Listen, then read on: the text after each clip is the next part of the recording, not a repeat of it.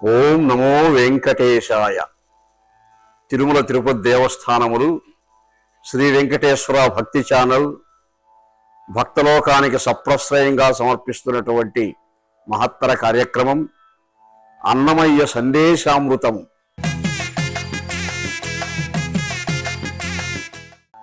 పదకవితా పితామహుడైనటువంటి అన్నమయ్య దేవదేవుడు కలియుగ ప్రత్యక్ష దైవము అయినటువంటి శ్రీనివాస స్వామి యొక్క వైభవాన్ని మహత్వాన్ని వర్ణించి భక్తలోకానికి ఎంతో ఉత్తేజం కలిగించారు. శ్రీనివాస పదాబ్జ భృంగానుభూతి తాళపా కన్నమాచార్య తన్మయమతి భక్తి పారవస్యంబుతో పలికినట్టి నాద సంకీర్తనానంద బోధనముల భక్తలోకంబు తనయుడు పరవశముల. అటువంటి మధురాతి మధురమైనటువంటి సంకీర్తనలతో సకల వేదములన్నీ కూడా సంకీర్తనలుగా సంతరించినటువంటి శిల్పకళా విన్యాసంతో అన్నమయ్య పలికినట్టు పలుకులు మనం ఇప్పుడు ఆస్వాదిస్తూ ఉన్నాము.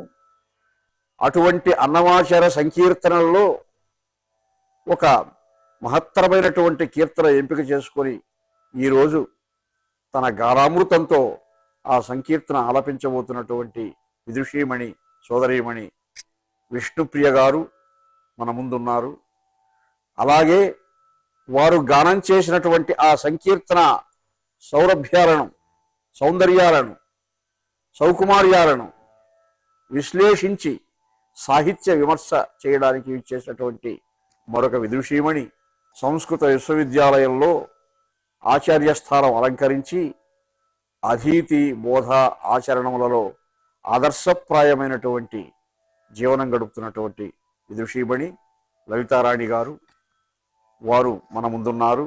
తాళపాక అన్నమాచార్యుల వారు చేసినటువంటి తత్వ ప్రబోధం కానీ మహత్వ ప్రబోధం కానీ ప్రతి పలుకులో ఉన్నటువంటి భక్తి పారవస్యం కానీ అధ్యాత్మ చింతన కానీ ఆలంకారికమైనటువంటి ఊహల పోహళింపులు కానీ అవి అనన్య సామాన్యమైనటువంటి అంశములు. అటువంటి అనేక అంశములతో మేళవింపబడి ఉన్నటువంటి ఏ సంకీర్తన ఎన్నుకున్నారో విష్ణుప్రియ గారు గానం చేయవలసిందిగా నేను కోరుతూ ఉన్నాను. ఎంతకాలము కదా ఈ దేహధారణం,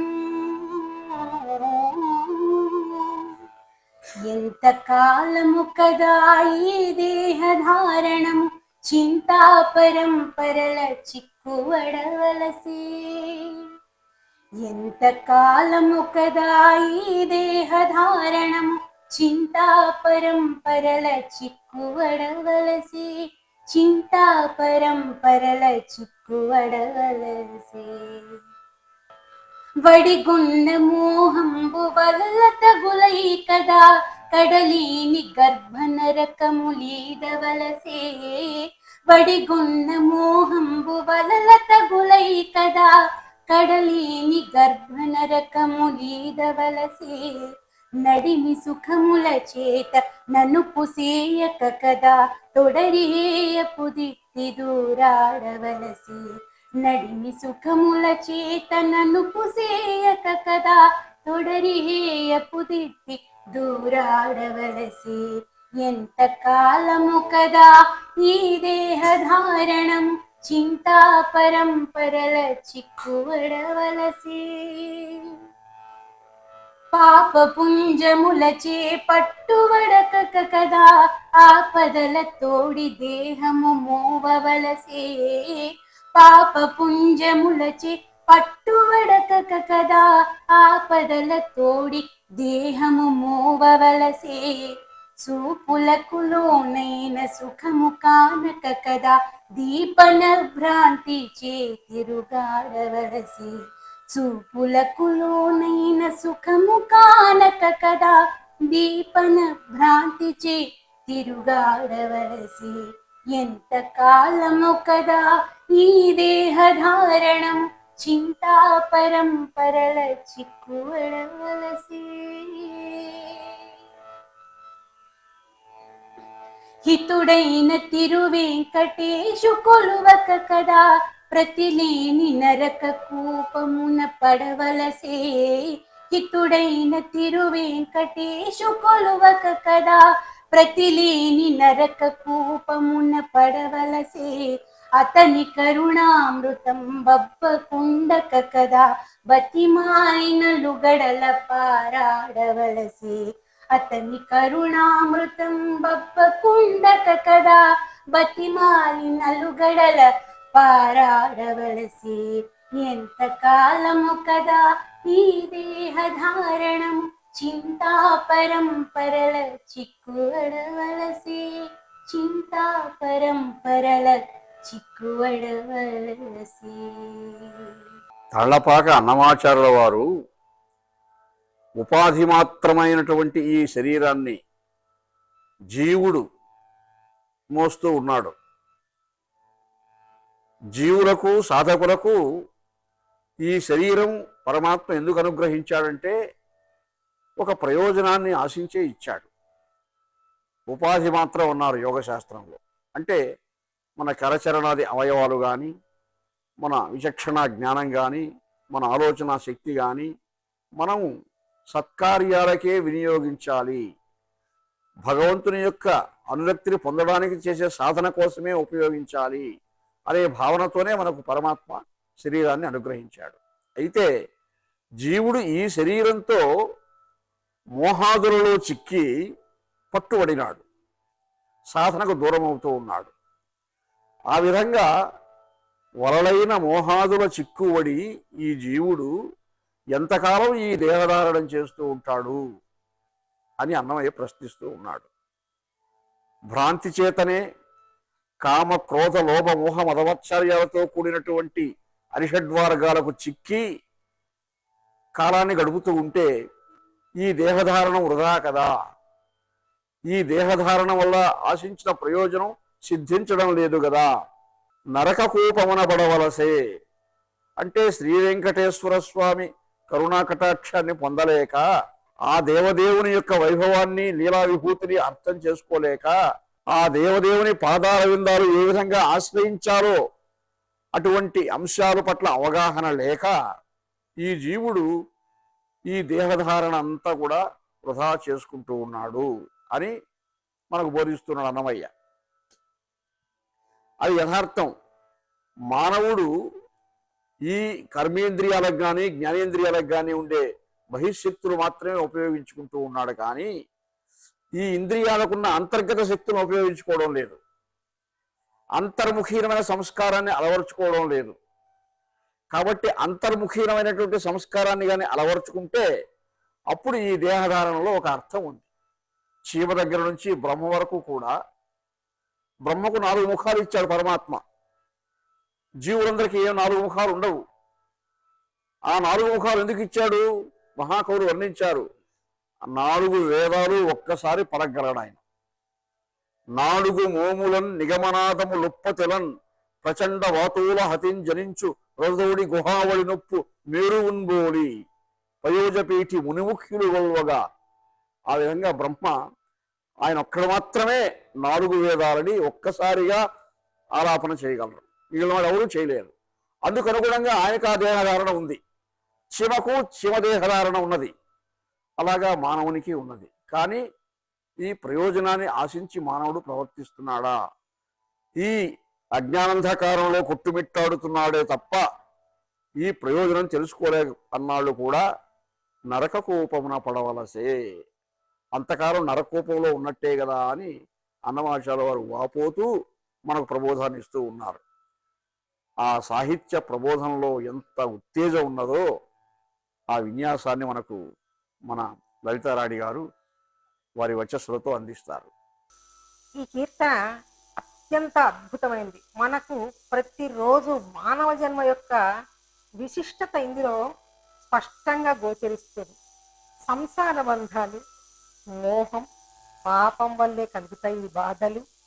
అలాగే భగవంతుణ్ణి శరణాగతి చేస్తే అన్ని కూడా పటాపంచలైపోతాయని స్పష్టంగా వివరిస్తోంది. సతుల గవయనేల సుతుల పొందగనేల వ్యతలో పడగనేల నేల రాతి బొమ్మలకేల రంగైన వలువలు.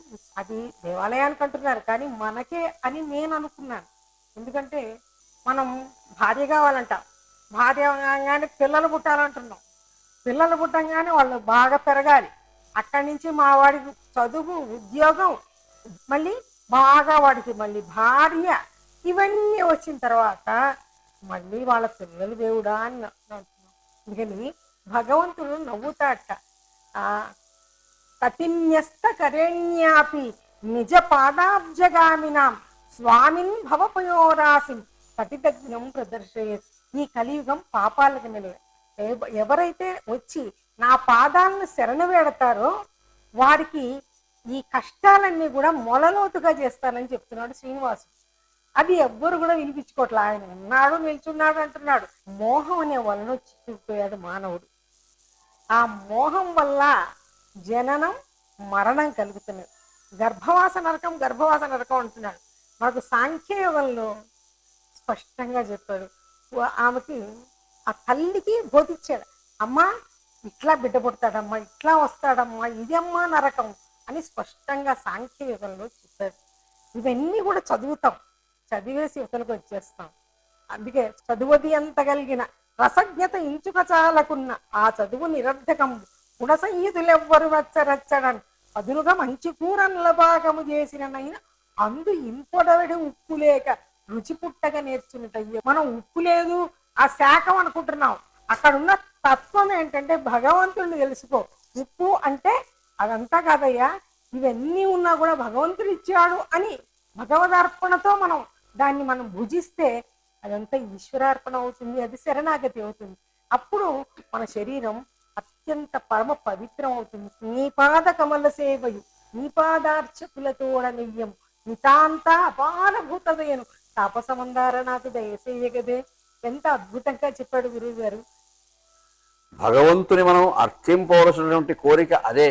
నీ పాద కమల సేవ కావాలి, నీ పాదార్చకులతోనే నాకు స్నేహం కావాలి, అన్ని భూతాలలోనూ నీ చైతన్యం చూడగలిగిన సంస్కారం కావాలి, ఇవే నాకు ప్రసాదించు తండ్రి అంటారు భక్తులు.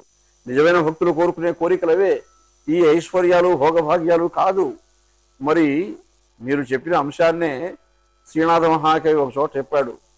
నానా శాస్త్రములభ్యసింపగా అనంత ద్రవ్యమార్జింప సంతానంబుల్ వడయంగా పుత్రులకు అర్థంబుల్ విభాగించి పౌనఃపుణ్యమునన్ సుఖం అనుభవింపన్బోయే కాలంబు. కాలం ఏ విధంగా గడిచిపోతుంది మానవునికంటే పునః పునః ఈ బాహ్య సుఖాలు అనుభవించాలనే కోరిక కలుగుతూనే ఉంటుంది. ఈరోజు సుఖం అనుభవించాడు మానవుడు, తృప్తి పొందడు. మళ్ళీ ఆ సుఖాన్ని పౌనఃపుణ్యమునన్ సుఖం అనుభవింపన్ పోవు కాలం. కాలం గడిచిపోయింది ఆ విధంగా. గౌరీనాథున్ భజింపనేరనైతిన్ శ్రీ కాశికావల్లభుని అని ఆ విధంగా అన్నట్టుగా అక్కడ ఆయన శ్రీ కాశికావల్లభుడు అంటే అన్నమయ్య, ఇక్కడ వెంకటేశ్వర స్వామి అన్నాడు. కాబట్టి పండితులైనా కవులైనా యోగులైనా ఎవరైనా కానీ ఈ జీవన భ్రాంతితోనే కాలం గడుపుతూ ఉంటే ఈ దేహధారణం చేత ఇంకేం ప్రయోజనం సిద్ధిస్తుంది? ఏమీ సిద్ధించదు. శ్రీకృష్ణ భగవానుడు కూడా శరీరం యదవాప్నోతి యచ్యాప్యుత్ క్రామతీశ్వర గృహీత్వైతాని సంయాతి వాయుర్గంధాని వాసయాత్ అని చెప్పాడు. అంటే ఒక మల్లె పొద విరగబూచి ఉందనుకోండి, గాలి ఎటువైపు పోతూ ఉంటే ఆ మల్లెల వాసన మోసుకొని పోతూ ఉంది గాలి.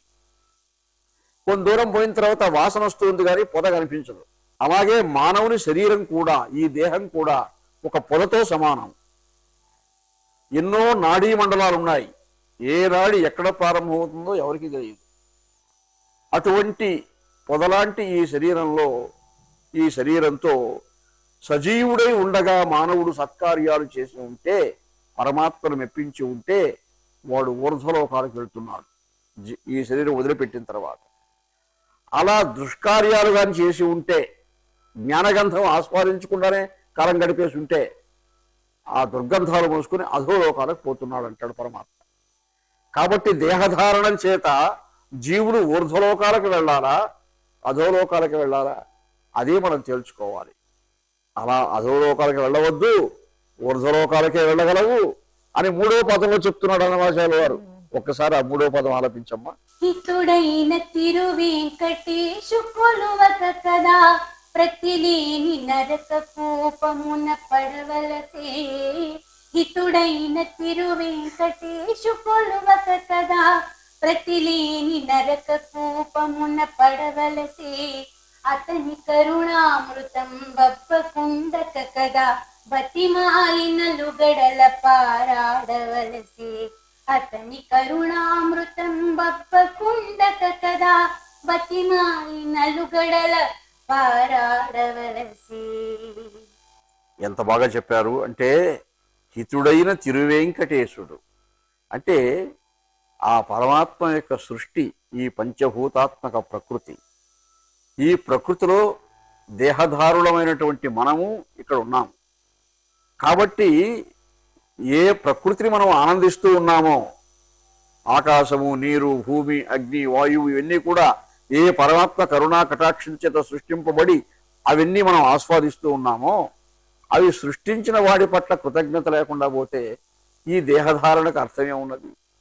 ఆ పరమార్థం చెప్తున్నాడు అన్నమాచార్య. హితుడు, మన మేలు కోరువాడు పరమాత్మ, జీవుల యొక్క శ్రేయస్సును ఆకాంక్షించిన వాడు. ఇదిగో నేనున్నాను, రండి ఆశ్రయించండి, కటివరద హస్తాలతో ఆహ్వానిస్తున్నాడు పరమాత్మ. కానీ ఆ పరమార్థాన్ని జీవుడు తెలుసుకోలేకపోతున్నాడని, భ్రాంతిలోనే కాలం గడిపేస్తున్నాడని, మోహాదులతోనే కాలం గడిపేస్తున్నాడని, సంసారాంతకాలంలో కుట్టుమిట్టాడుతూ ఉన్నాడని మొదటి చరణంలో, రెండో చరణంలో పల్లవి ఎత్తుగడే ఆ విధంగా ఎత్తుకున్నాడు అన్నమాచార్యుల వారు. అంత మనోజ్ఞమైన సందేశంలో ఉన్న సారాంశాన్ని మీరు బాగా విశదీకరిస్తున్నారు. ఇంకా మీ విశ్లేషణ కొనసాగించండి. భగవద్గీత అంటున్నాం. భగవద్గీతలో ఒకే ఒక శ్లోకం. ఆ శ్లోకం కోసం ఈ 18 అధ్యాయాలు ఏ పార్థ అని చెప్పాడు. మొట్టమొదటి దుఃఖం, తర్వాత యోగం, సాంఖ్యం ఇవన్నీ చెప్పుకొస్తూ సర్వధర్మాన్ పరిత్యజ్య మామేకం శరణం వ్రజ అహం త్వా సర్వపాపేభ్యో మోక్షయిష్యామి మా శుచ. పార్థ, ఇవన్నీ ఉన్నాయి కాదరటల్లా నేను, కానీ అన్నీ వదిలేయి. అన్నీ మా కృష్ణుడికి ఇస్తున్నాను అనుకో, ఆ బావకి ఇస్తున్నాను అనుకో, అన్నీ వదిలేసి నన్ను శరణజొచ్చు, నిన్ను అన్ని పాపాల నుంచి నేను బయటికి లాగుతాను అని చెప్పాడు. ఇది ఎవ్వరూ స్పష్టంగా చెప్పట్లేదు భగవద్గీత గురించి. గురుగారు ఇది మాత్రం స్పష్టంగా మనకు తెలియజేయాలి. ఈ ఒక్క శ్లోకం చాలు, మొత్తం భగవద్గీత యొక్క ఆయువు పట్టు ఇందులోనే ఉన్నది. ఇంకొకటి గుర్తొస్తుంది గురుగారు మీరు చెప్తున్నప్పుడు, కమలాక్షి నర్చించు కరములు కరములు, శ్రీనాథు వర్ణించు జిహ్వ జిహ్వ, దేవదేవుని చింతించు దినము దినం, చక్రహస్తుని ప్రకటించు చదువు చదువు, కుంభుని ధనువు చెప్పిడి గురుడు గురు, తండ్రి హరిజేరు మనువాడు తండ్రి తండ్రి. అటువంటి వాడే తండ్రి. నానా భగవంతుడు ఉన్నాడు రా, వాడిని చేరు, వాడి మాట ప్రతిరోజు నువ్వేం ఇందాక గురువు గారు చెప్పినట్టు ప్రతిదీ ఇచ్చాడు మనకి. ఈ వస్తువులు ఇచ్చాడు, ఇవన్నీ ఇచ్చాడు. ఏ రోజన్నా మనం ధన్యవాదాలు భగవంతుడా, శ్రీనివాస నువ్వు మాకు ఇవన్నీ ఇచ్చావు అని ఏ రోజు చెప్తున్నాడు మానవుడు? దేహం వచ్చింది, అన్నీ వచ్చాయి, అన్నీ తింటున్నాం, తాగుతున్నాం, ధరిస్తున్నాం.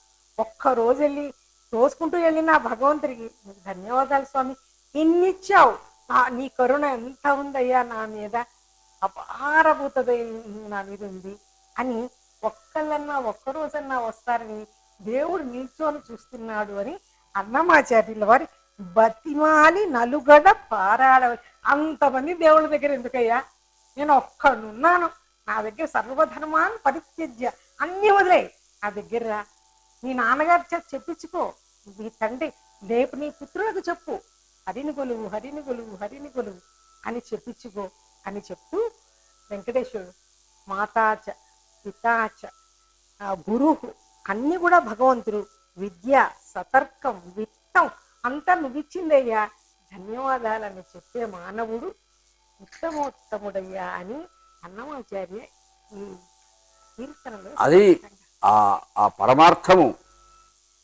పరమాత్మ ఈ శరీరాన్ని జీవునికి ఎందుకు ఇంత యంత్రాంగంతో సమకూర్చినాడు, ఆపాదమస్తకాలంకృతమైనటువంటి ఒక అంశాలన్నీ కూడా ఏర్పరచి, ఇంద్రియ వ్యవస్థలన్నీ పటిష్టపరచి, చైతన్యాన్ని ప్రసాదించి ఎందుకు ఇలా ఇచ్చాడు, ఆ పరమార్థం కూడా చెప్పాడు స్వామి కృష్ణ భగవానుడు భగవద్గీతలో. అధిష్టానం తథాకర్త కరణంచ పృథగ్విధం వివిధాచ పృథక్చేష్ట దైవం చైవాత్ర పంచమం అని చెప్పాడు. అంటే అర్జునుడికి చెప్పాడు, చీమ దగ్గర నుంచి బ్రహ్మ వరకు కూడా ఆయా జీవులకు ఎటువంటి ఉపాధి మాత్రమైనటువంటి శరీరములు కావాలో నేను సమకూర్చాను. ఆ యంత్రాంగాన్ని ఇచ్చాను. 4 బలాలు ఉన్నాయి అందులో. అంటే ఈ శరీరం మొదటిది, ఈ శరీరానికి అనుబంధంగా ఉండే కరచరణాది అవయవాలు 2, శరీరాంతర్గత ఆత్మ 3, ఆత్మకు అనుబంధంగా ఉన్నటువంటి విచక్షణ శక్తి, ఆలోచన శక్తి 4. ఈ 4 ఏ ఏ జీవులకు ఎంత పాళ్లలో కూర్చాలో ఇచ్చాడు పరమాత్మ. చీమ కూడా వర్ష ఋతువులో ఆహారం దొరకడం కష్టం అని ముందే ఆ బియ్యపు గింజలు తీసుకొని పుట్టలో దాచుకుంటూ ఉంది. అంత ముందు చూపింది చీమకు కూడా. అంటే ఆ ఉపాధి శరీరానికి ఆసక్తి ఉంది. అలా మనకు ఉంది. ఈ 4 బలాలు ఎవడైతే సద్వినియోగం చేసుకుంటున్నాడో వాడికి నా బలం కలుగుతుంది. అదే 5వ బలం, దైవ బలం. ఈ 4 బలాలు సద్వినియోగం చేసుకోకుండా నా బలం కలగదు. ధృతరాష్ట్రుడు బాధపడుతుంటాడు. పాండవులు నా తమ్ముడి బిడ్డలకు మాత్రం అంత దైవ బలం కలిగింది, నా బిడ్డలకు ఎందుకు కలగలేదు అంటే, నీ బిడ్డలకు ఈ 4 బలాలు సద్వినియోగం చేసుకునే శక్తి లేదు. వాళ్ళు అహంకరించి హుంకరిస్తున్నారు. పాండవులు సద్వినియోగం చేసుకున్నారు కాబట్టి ఆ 4 బలాలని కృష్ణుని బలం వాళ్ళకి కలిగింది. ధృతరాష్ట్రుడు కృష్ణుడు వాళ్ళకెంత బంధువో మాకు అంతే బంధువు కదా, మరి వాళ్ళపైనే ఆయనకు ధ్యాస ఉంది అంటే వాళ్ళు ఆ విధంగా సద్వినియోగం చేసుకున్నారు. ఆయన ఇచ్చిన బలాలని నీ బిడ్డలు చేసుకోలేదు అని చెప్పారు. అలా ఈ దేహధారణంలో ఉన్న పరమ ప్రయోజనాన్ని జీవుడు ఏ విధంగా సద్వినియోగం చేసుకోవాలి, మన కరచరణాది అవయవాలు కానీ, మన కర్మేంద్రియాలు కానీ, మన జ్ఞానేంద్రియాలు కానీ, మన ఆలోచన శక్తిని కానీ పరమాత్మకు ఉన్ముఖంగా మనం సారించి ఏ విధంగా ఈ చైతన్యాన్ని మనం ఉపయోగించుకుంటే ఉన్నతోన్నతమైనటువంటి ఆ అంశాలు అందుకునే అవకాశం ఉంటుందో, అలా లేకపోతే నరకూపంలో పడిపోతారు జీవులు. అలా సద్వినియోగాన్ని అన్నమాచార్యుల వారు ఆ పరమార్థాన్ని ఎంతో గొప్పగా ఇందులో వర్ణించారు. ఆ 3వ చరణం మరొక్కసారి ఆలపించమ్మా. హితుడైన తిరు వెంకటేశు కొలువక కదా, ప్రతిలేని నరక కూపమున పడవలసే. హితుడైన తిరు వెంకటేశు కొలువక కదా, ప్రతిలేని నరక కూపమున పడవలసే.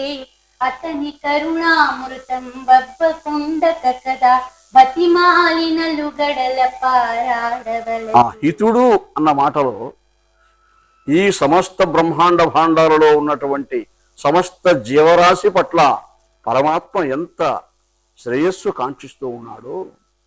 సప్తర్షులు వేటగాడుగా కిరాతకుడుగా ఉన్న బోయవాడిని చూసి వాళ్ళు అడిగిన మొదటి ప్రశ్న ఏమిటంటే, అయ్యా ఉత్తమోత్తమ మానవ జన్మ పొందావు నువ్వు, పరమాత్మ మానవ తృప్తికే తరులు మంజులో పుష్ప ఫలంబూలిచ్చు. మొక్కలన్నీ మంచి మంచి పూలు పూస్తున్నాయి, సువాసనలు ఇస్తున్నాయి. ఎందుకోసం? మానవుని కోసం. గోవులు పాలిస్తున్నాయి, ఎందుకోసం? మానవుని కోసం. చెట్లు పండ్లిస్తున్నాయి, ఎందుకోసం? మానవుని కోసం. ప్రకృతి ఎంతో ప్రయోజనాలు చేకూరుస్తూ ఉంది, ఎందుకోసం? మానవుని తృప్తి కోసం. మానవ తృప్తికే తరులు మంజులో పుష్ప ఫలంబూలిచ్చు. సన్మానముమై పశుత్కరము మాధురి నొప్పెడు దుగ్ధమిచ్చు. ఈ భూనభములు మనుష్యునకు భోగనిధానపు దేవరాజ్యములు. ఈ సమస్త సృష్టిని కూడా, ఈ సృష్టిలో ఎన్ని జీవులున్నా సరే ఈ ఆస్వాదించే శక్తి ఎక్కువగా మానవునికే ఇచ్చాడు. ఎందుకు ఇచ్చాడు? సద్వినియోగం చేసుకోవడానికి. నాయన నువ్వెందుకు ఈ కఠినమైనటువంటి వృత్తిని అవలంబించావే అని అలా ప్రారంభించారు సప్తర్షులు. అయ్యా ఇంకా అక్కడ వాగ్వాదాలు జరిగాయి, వాడు మారిపోయాడు, మరి ఆయనే మహాకవి అయిపోయి మహర్షి అయిపోయి రామాయణం అంటే ఆ హితుడు అనే పదంలో ఎంత అంతరార్థం ఉంది. మన మేలు ఎంత కోరుతున్నాడు ఆ పరమాత్మ. చివరకు మహాభారతంలో దుర్మార్గులు అనిపించే కౌరవులకు కూడా మంచిగా చెప్పాడు. అయ్యా మీరు యుద్ధం కోరుకుంటే పరిస్థితి ఇది, శాంతి చేసుకుంటే పరిస్థితి ఇది అని చెప్పాడు. వాడు వినలేదు. కాబట్టి దారి తప్పిన బిడ్డలపైనే తల్లికి తండ్రికి మమకారం ఎక్కువ అంటారు పెద్దలు. అలా ఈ సృష్టిలో దారి తప్పిన వాళ్ళని కూడా పరమాత్మ చేర్చుకోవడానికే ప్రయత్నిస్తున్నాడు. కానీ అది అర్థం చేసుకోలేని వాడు నరక కూపమున పడవలసే, పడిపోతున్నాడు. అలా నరకూపంలో పడకండి, నేనున్నాను. త్రేతాయుగంలో ప్రతిజ్ఞ చేశాడు ఆ పరమాత్మ, అభయం సర్వభూతేభ్యో దదామి ఏతద్వ్రతం మమ అన్నాడు. ద్వాపరయుగంలో యోగక్షేమం వహామ్యహం అన్నాడు. కలియుగంలో ప్రత్యక్షంగా ఆయనే నిలిచి రండి అని ఆహ్వానిస్తున్నారు.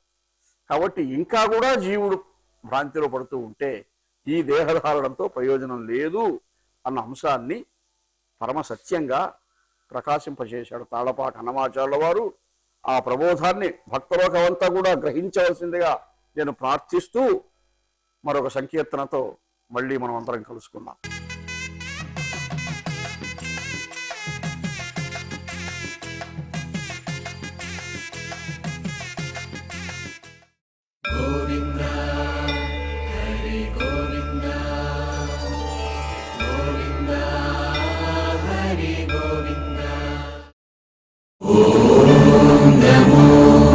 నారాయణాయ